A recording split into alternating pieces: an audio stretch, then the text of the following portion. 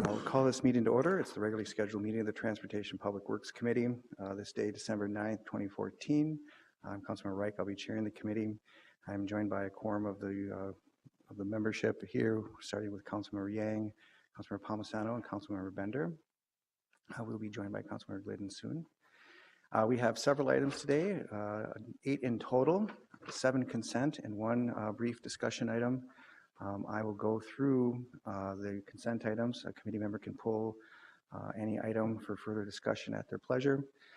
Item 1 is the Bryan Cole Center contract completion date extension, authorizing an amendment to the contract with Bryan Cole Center to extend that expiration date to February 28, 2015, to allow the completion of the innovative graffiti prevention microgrant project.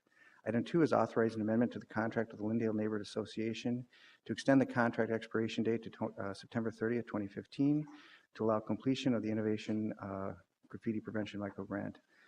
Item 3 is authorizing an increase to the engineering services agreement with CDM Smith by $4,622 for a total revised contract of $5,587,000 to allow for the final design and construction phase services for the rehabilitation of the Fridley filtration plant. No additional appropriation required. This will be referred to the Ways and Means Committee. Item 4 is authorizing extension to the contract expiration date for professional management and operation of municipal off-street parking system, March 31st, 2015 to September 30th, 2015.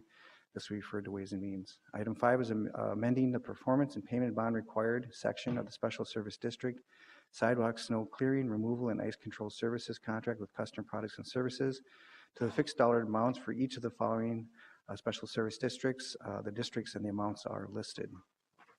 Item 6 is authorizing acquisition of property insurance from Excellent Insurance Company for the city's water treatment and distribution facilities for coverage effective December 31st, 2014 to December 31st, 2015 for a total cost of $331,294. This will be referred to Ways and Means.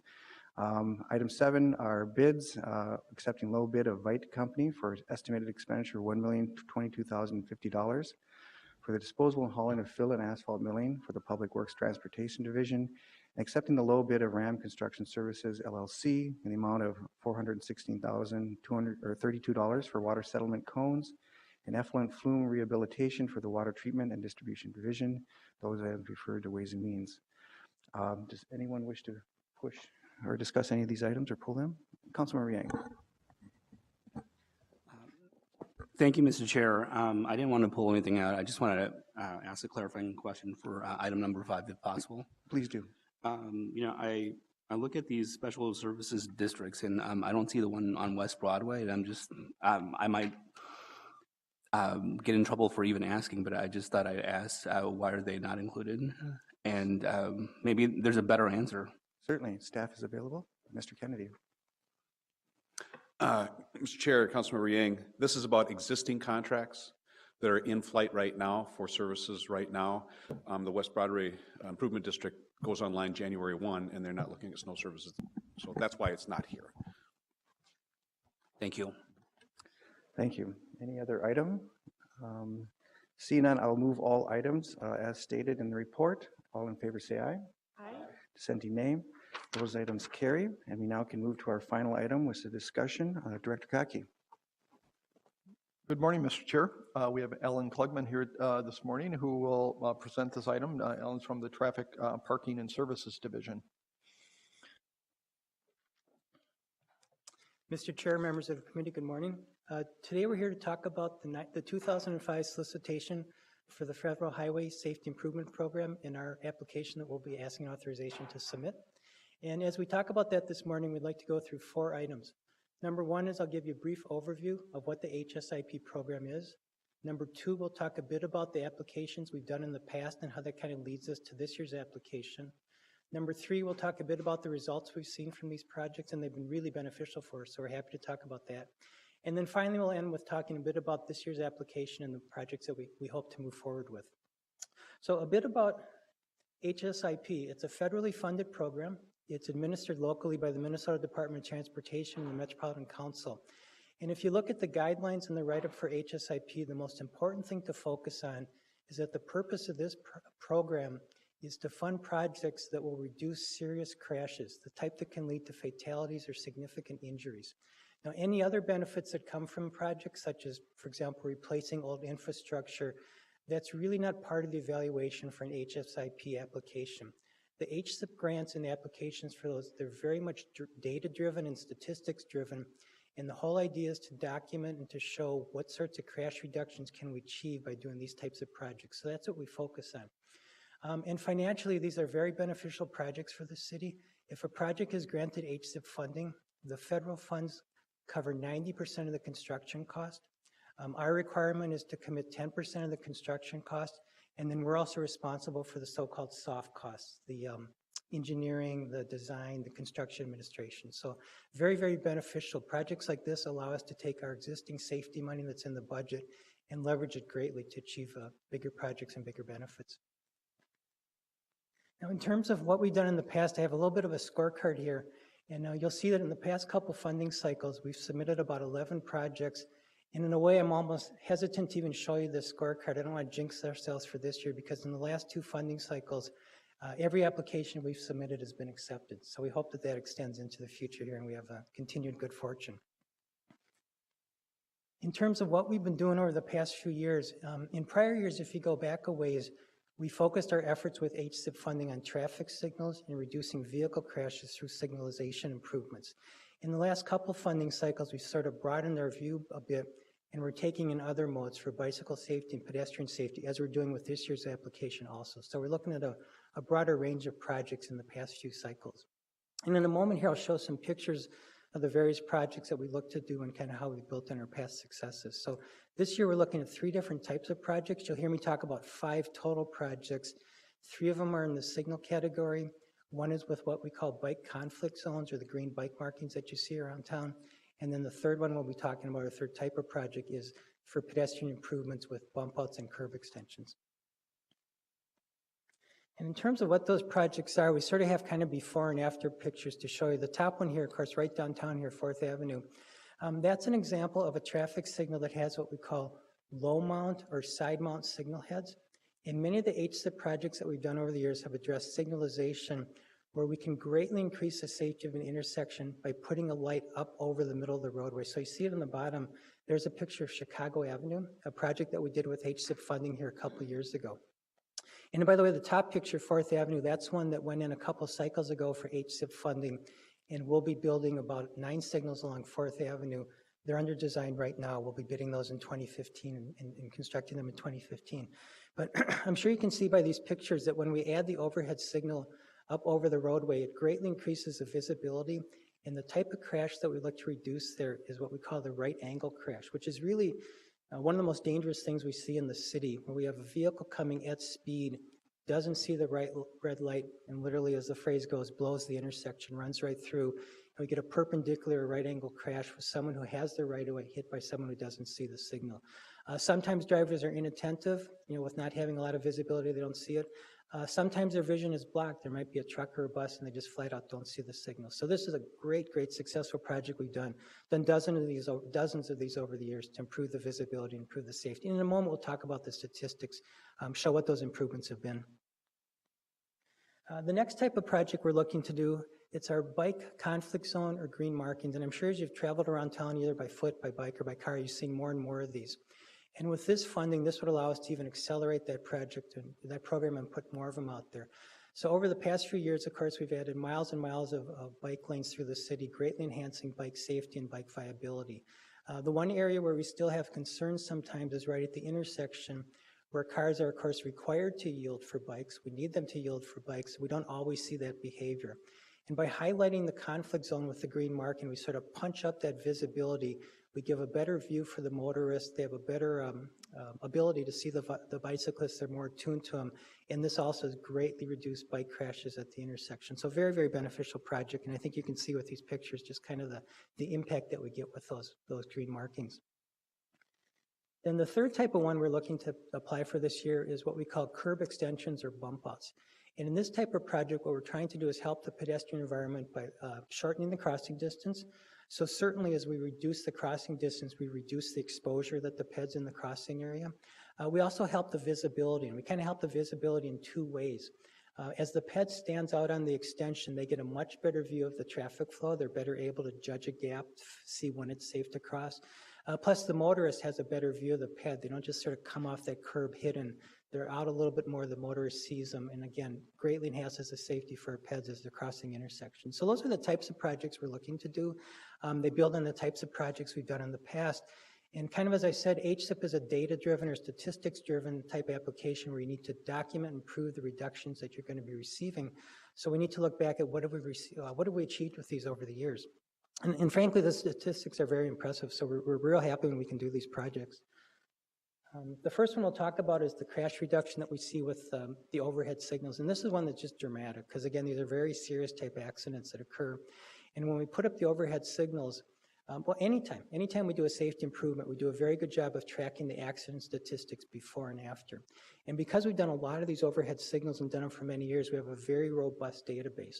And what we've seen that when we implement these projects, historically, we get a minimum of about a 45% decrease in the right angle crashes. Again, those are the most severe crashes.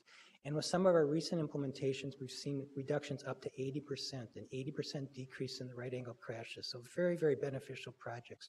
Now, in addition to reducing the right angle crashes, just the overall crashes at the intersection tend to go down too as visibility improves. So things like rear end crashes where someone just doesn't stop in time, you help the visibility, you help those crashes as well. But again, 45% or greater on the right angle, tremendous benefit. And the statistics I'm quoting, those are from our records. Now, the next few ones I'm going to talk about, because these are a bit newer for us, we don't have as many through the city, we don't have quite as large a database, and we can't rely on it quite so much, so we're talking more national statistics. And if you look at the crash reduction that comes from the green bike markings nationwide, we're seeing about a 40% reduction in bike crashes for this implementation. We see the same trend locally. I just want to say we don't have enough years and experience of data to present just our own data. So for this one, we're focusing a bit more on national statistics, and we're trending the same way. So 40% reduction in bike crashes when we put in the green lane markings. And then similarly with the PED bump outs, the curb extensions, again, national statistics, we don't have that much local, about a 30% reduction. So very, very beneficial projects when we do that. And when we write our submittals, write our applications, these are the sorts of statistics we put in there to document and justify our request. Now moving forward and kind of showing how that informs the decision we made this year, we looked at the application process this year and chose some projects to move forward with, and we've come up with 5 of them. 3 of them are structured into the signal improvement area, so very, very common to the ones we've done in past years. All of them are downtown on 6th Street, 7th Street, and 8th Street. The 6th and 7th Street ones are the 8th Street ones also. The way we got to those, that was pretty much an internal decision. In a moment, you'll hear me talk about the PED and bike ones. Those were more in coordination with the Bike Advisory Committee and the PED Advisory Committee. For the traffic signal ones, we went through our crash database. We looked at areas of high crashes, kind of overlaid that with a map of our infrastructure to say where we don't have the overheads, where can we benefit by those. 6th and 7th we picked as major spines heading east-west into downtown. 7th Street, of course, in particular, a couple of years from now when the new off-ramp opens from 94, its importance will even be increased. So we thought those are 2 very good corridors to implement with the overheads. They have high volumes and they're lacking the overheads. 8th Street, we just picked about 3 intersections kind of at the edge of downtown there. And I'll tell you the reason we didn't do a longer stretch of 8th Street is I think, a couple cycles ago, we came through with grants for other federal applications. One of those is a reconstruction of 8th Street that goes from about Chicago to Hennepin. And as part of that application, the signals would be rebuilt as well and rebuilt to this standard. So we didn't put it in for this one. We're trying to fund that through a different program. But so we have about 14 signals in the downtown area. They're all missing overheads now. Could greatly benefit by adding those. Then for the other 2, the bicycle ones and the pedestrian ones, those we're doing in consultation with the BAC and the PAC. We've budgeted about 24 projects for the bike conflict zones. We have a preliminary list. The applications, I should say, are due the first week in January to the HSIP program. So we're right now refining that list. But again, we budgeted about 24. And as we finalize that with the BAC, we'll move forward with the exact locations. And then similarly with the curb extensions, we've picked 8 intersections, primarily near the CBD, that we'd like to put the curb extensions to. We're reviewing those with the PAC. And as we finalize that list, they'll go into our application. So I guess in closing here, what I'd like to say is I hope we've been able to give you a nice overview of what the HSIP program is. We're very happy to talk about our past success. We've been very happy with what we've achieved. And what we'd request this morning is authorization to submit an additional 5 project applications for this year's funding cycle. Thank you. Any questions or comments per the presentation? I will start with Councilmember Gordon and followed by Councilmember Glidden. Thank you. I appreciate this and would be happy to move it forward and very supportive. I'm curious a little bit about the pedestrian curb extensions. We haven't really identified where they will go, but I think we must be looking for those areas where there are the most pedestrian auto conflicts or accidents. And then I'm also curious about how much it costs, and are we talking about 8 corners or 8 nodes? Mr. Chair, members of the committee, relative to the pedestrian project, it's 8 intersections, so about 32 corners. And the way we picked those were based on high PED volumes, also a review of crash and accident statistics, and then also just activity zones and PED volumes. You know, one thing with PED counts and PED crashes is, obviously any crash is one too many, but because PED crashes are a somewhat low number total in the entire set of statistics, we also just look at volumes as a surrogate measure for where there's potentially safety issues. So it's kind of a combination of both existing crash statistics, if we see them, and it's a proactive approach to say where there's activity, that's where we want to proactively provide the facilities. Okay, I can appreciate that. And am I right in saying that the map that we saw just had to do with the overhead signals, so we haven't seen a map of the pedestrian intersections? Yes, Mr. Chair, members of the committee, that's correct. As we refine the exact locations with the PAC, then we'd be publishing that. Okay, I'm sure we'd all be interested. I'm sure there's intersections that we can think of in our areas of town that we're concerned about and would like to see improvements. And about how much does it cost then for one of these nodes or to improve an intersection with the pedestrian curb extensions? Okay. Mr. Chair, members of the committee, if you give me one moment, I'm going to look at my letter here and do the math. And it can be an estimate too. I tend to underestimate these things, I've learned. I'm sorry? I tend to underestimate these things myself, so I like to have a realistic view Sure. of the actual cost. Did you see that? Okay.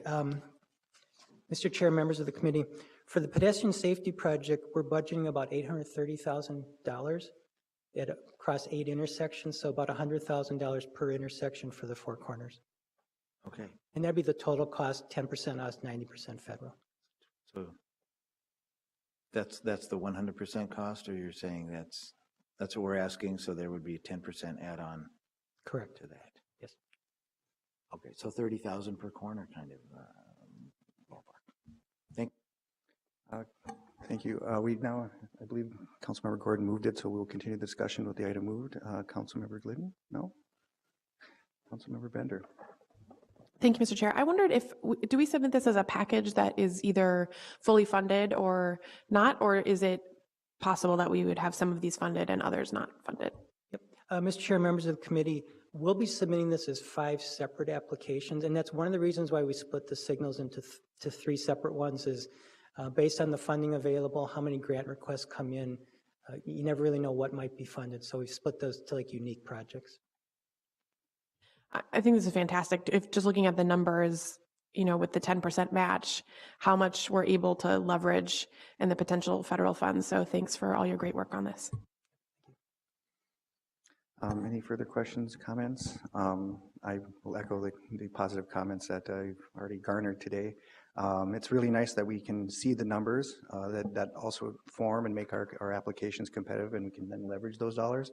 But then the output is demonstrated as well, that we've chosen wisely to get the production that we need to get out of these investments. So incredible numbers. They're very, very fantastic, and it shows that safety first in our quest for greater mobility across different modes. So we have the item moved. Any further conversation? All in favor say aye. Aye. Dissenting nay. That carries. Thank you very much. And that concludes our meeting today, and I believe our business for the year. Thank you very much.